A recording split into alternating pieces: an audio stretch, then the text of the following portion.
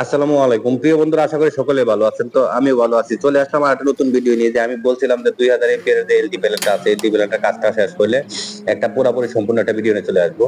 তো এই যে দেখতেছেন আমাদের যে প্রথমে ইনপুট পাওয়ার জন্য, আমাদের কন্ট্রোলিং ইনপুট পাওয়ার জন্য আমরা একটা টিভি ব্যবহার করছি। তারপর হলো আমাদের কিছু পিভিসি মানে এসপি কানেক্টর ব্যবহার করছি, একটা রিলে আছে আমাদের। আবার কানেক্টর গুলো শর্ট দেওয়ার জন্য আমাদের কিছু লিঙ্ক আছে, লিঙ্ক গুলো দিয়ে নিছি।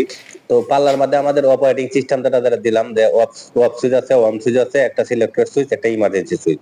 আর মেইন আউটপুট মিটারের সাথে আছে হলো তিনটা ল্যাম্প, আউটপুট ল্যাম্প, আর ইনপুট দিক দিয়ে আছে তিনটা ল্যাম্প। আমরা ইনপুট আউটপুট যাতে সহজে ডিরেক্ট করতে পারি, এই কারণে ল্যাম্প গুলো লাগাই দেওয়া হয়েছে। এই আর কি। তো আর নিচে আছে আমাদের এসিবির কেসিং আছে। এসিবির জন্য আমাদের কানেক্টর লাগানো হয়েছে। আমাদের এসিবির জন্য কানেক্টর লাগানো হয়েছে হলো 8টা, টোটাল 8টা কানেক্টর লাগানো হয়েছে।